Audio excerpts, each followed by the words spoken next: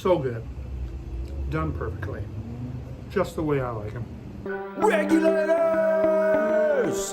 Mount up! Hey everybody, Lewis here, Rshackbbq and other things. So, today, let's get my logo in there. Yeah, get that in there. Well, anyhow, today we are doing a comparison cook. Now, we're not talking about the type of meats that we're doing. We're doing baby back ribs. But we're doing a comparison cook of a $50 Brinkman Smoke and Grill charcoal smoker versus a Weber 18-inch Smoky Mountain. Can you get just as good as flavor, cook times, everything on a $50 grill as you can on a WSM, which I think is around 200 for the 18. So let me show you what I got set up. Okay, we're gonna look at how I'm doing this. So here you see I've got 8 coals with a fire starter in the middle. Then I have 10 in this chimney to light. Once I get that lit, I'm gonna dump those 10 on the WSM right there. Come over to the Brinkman, kind of the same setup. Got 8 coals on each side with a fire starter in the middle and 10 coals in this chimney right here that we'll dump in once we get them started. We're also going to be monitoring this with the Smart Row. We're just going to monitor pit temps. So let's get this rolling.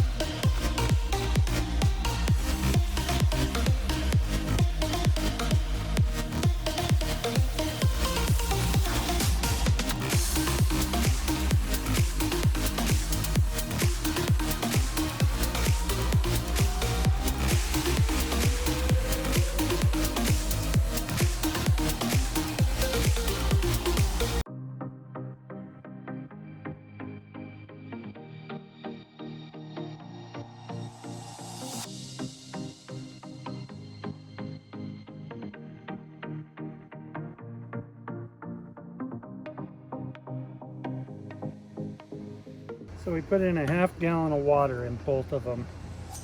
Show you what that looks like. That's in the WSM. That's in the Brinkman Smoke and Grill. Get our grates on, get our lids on, and let these get up to temp.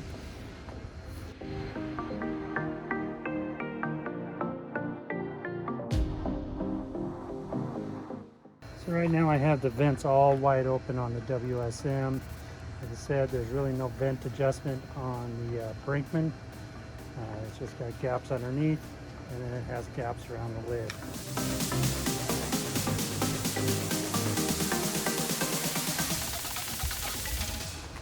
Let them get up to temp and we'll get our probes in.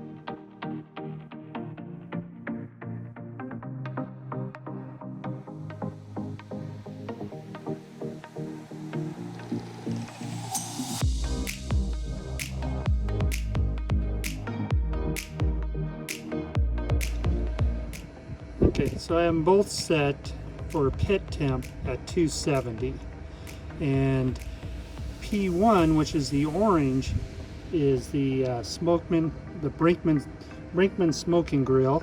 Right now it's at 108, both at 108. And then P2, which is the blue, is the 18-inch WSM. So we'll just let them come up to temp here, and then we'll get those ribs on. Right now they're both sitting about the same, which is kind of impressive. Okay, for this cook we have two baby back racks here. Baby back rib racks here. They're both right around 11.5 pounds. I picked them up so they'd be about the same weight. So they're about the same amount of meat. What we're going to do is we're going to use mustard as our binder. As you can see, I got it on here now. We're just going to kind of spin it around. Like so. Usually on the bone side like this, I don't go too heavy. Just enough to get it kind of coated. We're going to come in with Killer Hogs, the barbecue rub, as our base. And this stuff spreads so beautifully on it. Let's go this way. The wind seems to be blowing this way. Just a nice light coat on them here. Try to make them both look about the same. Then we're going to come and hit the top of these with John Henry's pecan rub. So we're going to come back over the top. Once again, not too heavy on this side.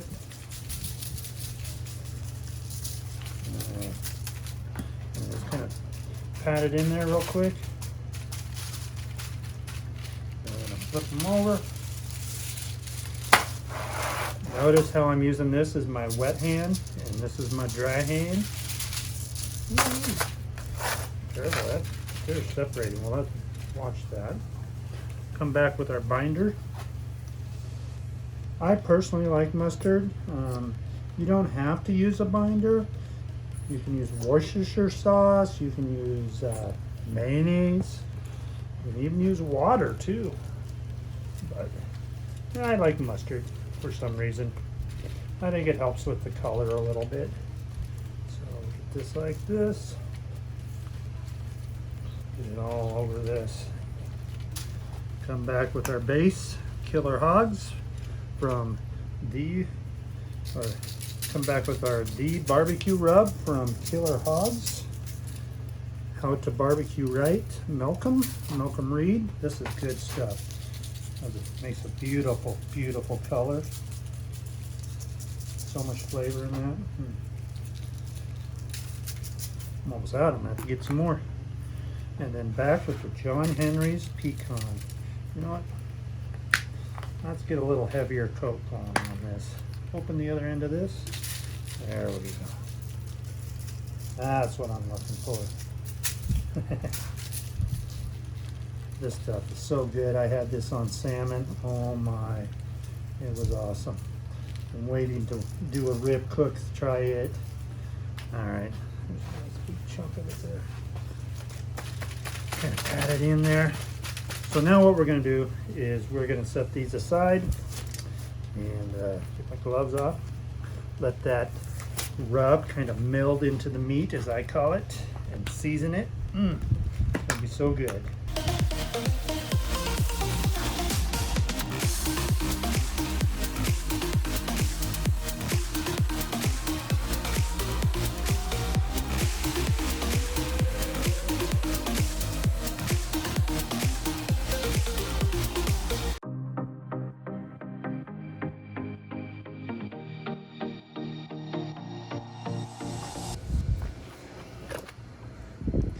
Okay, I added 10 more coals to each. We'll just let them sit here and ride for a while. Let's take a closer look at this Brinkman smoker. Take the cover off.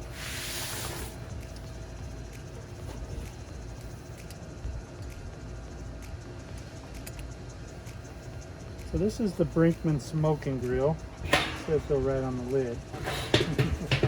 Got a little temperature gauge. We've got a door here for more charcoal to be put in, which is kind of neat. So this is like 15 inches across.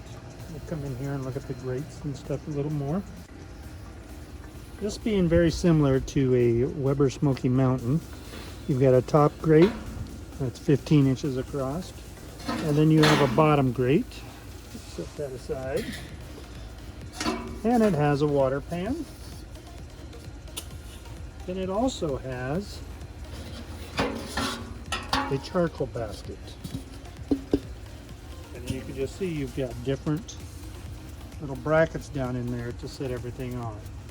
Now they do make another one that this piece comes up off, very similar to a Weber Smokey Mountain, where you have the bottom charcoal barrel down there. And then you also, they made these in electric. So you also had ones that had a hot plate down in the bottom that you burnt your wood on and created your heat that way. This is a charcoal one. They also make these in black. I've seen them in red, and I've seen them in green. Don't think I've ever seen a blue one. Unfortunately, Brinkman went into bankruptcy a few years ago, so these are not made anymore. But you can still find them if you do searches for them. If you're interested, they still have them brand new for sale at certain warehouses and things like that. But this is the Brinkman Smoke and Grill, and we're gonna compare it to the 18-inch Weber.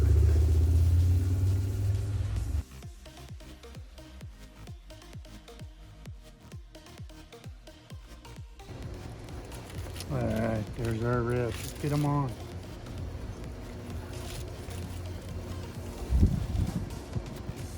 This one.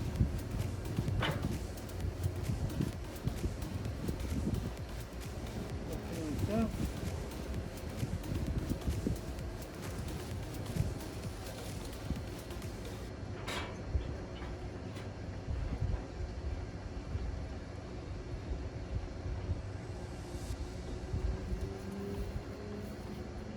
There's our ribs on the WSM.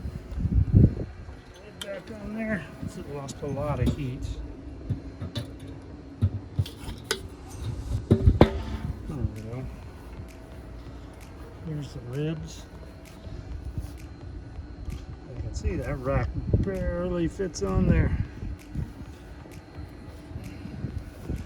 Put this lid on here best we can.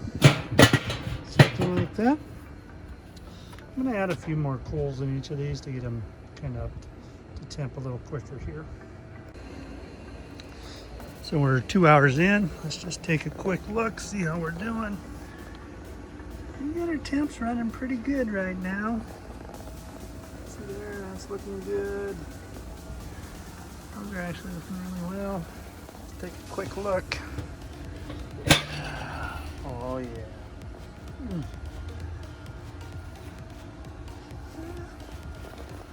Starting to get a little pull back. This lid back on here. Take a look at the one in the WSM.